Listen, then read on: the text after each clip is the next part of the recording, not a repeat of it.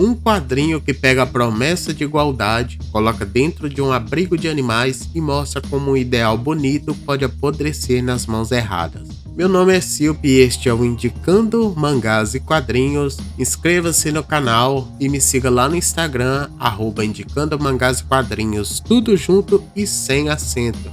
E aí, será que vale a pena ler o quadrinho O Abrigo dos Animais? Esta é uma HQ americana com roteiro do Tom King, com arte de Peter Gross e cores de Tana Bonvillain.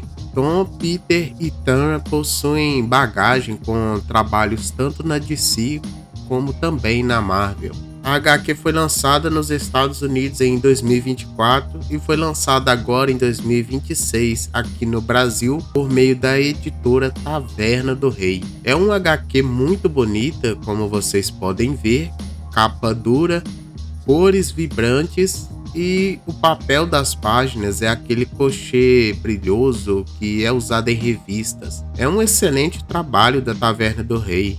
Esta HQ possui um trabalho de arte incrível.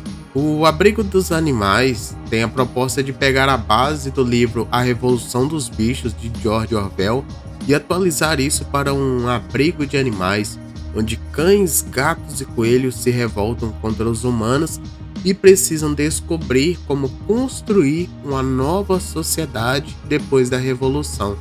A história começa quando os animais se cansam de viver presos, descartados e sacrificados. E aqui nós temos a figura do cão Bento, um cão idoso e que está sendo levado para ser sacrificado. Acima de sua gaiola existe um buraco onde uma gatinha filhote chamada Fifi se despede do seu amigo, enquanto ele te entrega algo muito valioso, um ideal sobre viver em igualdade. E ele faz isso por meio de um discurso longo, triste, mas inspirador. O sonho de Bento é que animais pudessem viver em igualdade e lutar contra a soberania dos humanos. Bento sonha com um dia em que cães, gatos e coelhos possam viver juntos e em liberdade. Após o seu discurso, Bento é descartado, mas se torna mártir de um ideal que ficou impregnado na mente da gatinha Fifi. Algo como o que aconteceu com os piratas diante do discurso final de Gold Road em One Piece.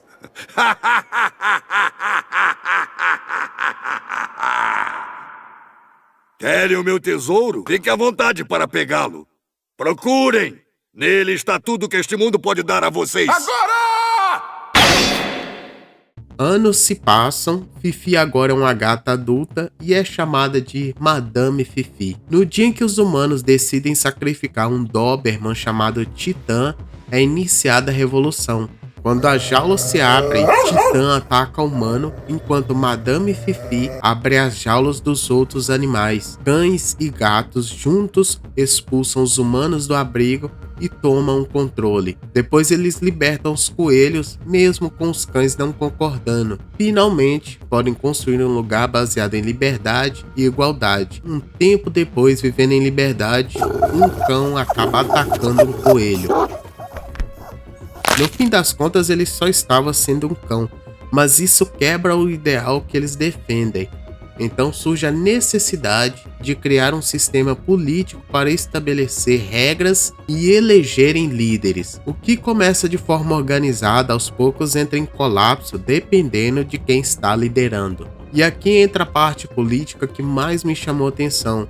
Esse quadrinho mostra muito bem como um discurso de igualdade pode ir se corroendo aos poucos. Primeiro vem o entusiasmo coletivo, depois vem as divergências, depois as regras mudam, depois o medo vira ferramenta de governo. E quando você percebe aquele projeto que nasceu com cara de libertação, já está reproduzindo hierarquia, violência e privilégio outra vez. A obra inclusive apresenta um regime com um ideal comunista e que aos poucos vira ditadura. Algo que começa com sentido de união e igualdade e que aos poucos viram apartheid. A arte imitando a vida. No fim das contas, o comunismo é apenas uma utopia. Inicialmente, os animais levantavam o lema pelo Bento, carregando a imagem do líder que criou todo o ideal daquela revolução, mas nas mãos erradas, esse lema ele é usado para justificar atos que fogem à lei estabelecida pelos animais. Ou seja, o líder que está à frente comete algo errado que foge ao ideal, mas ainda assim ele grita pelo Bento para tentar justificar o seu erro. Agora deixa eu falar de uma figura muito importante nessa história, o Bento. É dele que nasce esse primeiro sonho, essa centelha inicial, a ideia de que animais podem viver de outro modo. Depois de sua morte, o que sobra não é só a lembrança de um personagem, o que sobra é um ideal, um símbolo. E isso me lembrou daquela situação em que um líder morre, mas a sua fala, a sua causa e a sua imagem perpetuam para sempre.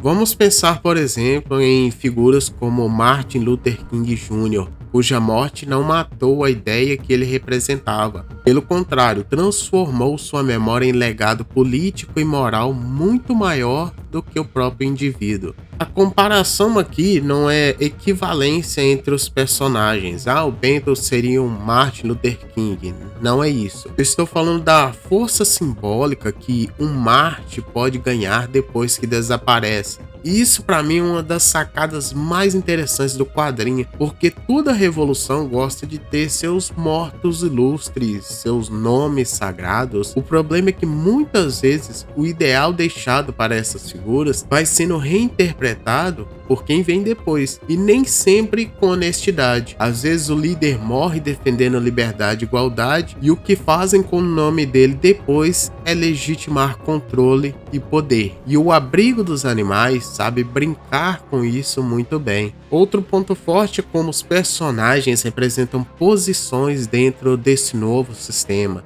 Fifi, Titã, Porquinho. E o Porquinho, principalmente, encarna muito bem esse tipo de figura que cresce, mas não por mérito moral, mas por saber explorar descontentamento, medo e falhas do sistema. Visualmente, a ideia de usar animais fofos para contar uma história tão amarga funciona demais. Você olha e pensa, que bichinhos fofinhos. Aí a HQ vem e te entrega disputa de poder, colapso social, violência e autoritarismo. É aquele tipo de quadrinho que usa bicho para falar de gente, mas não faz isso de forma infantil.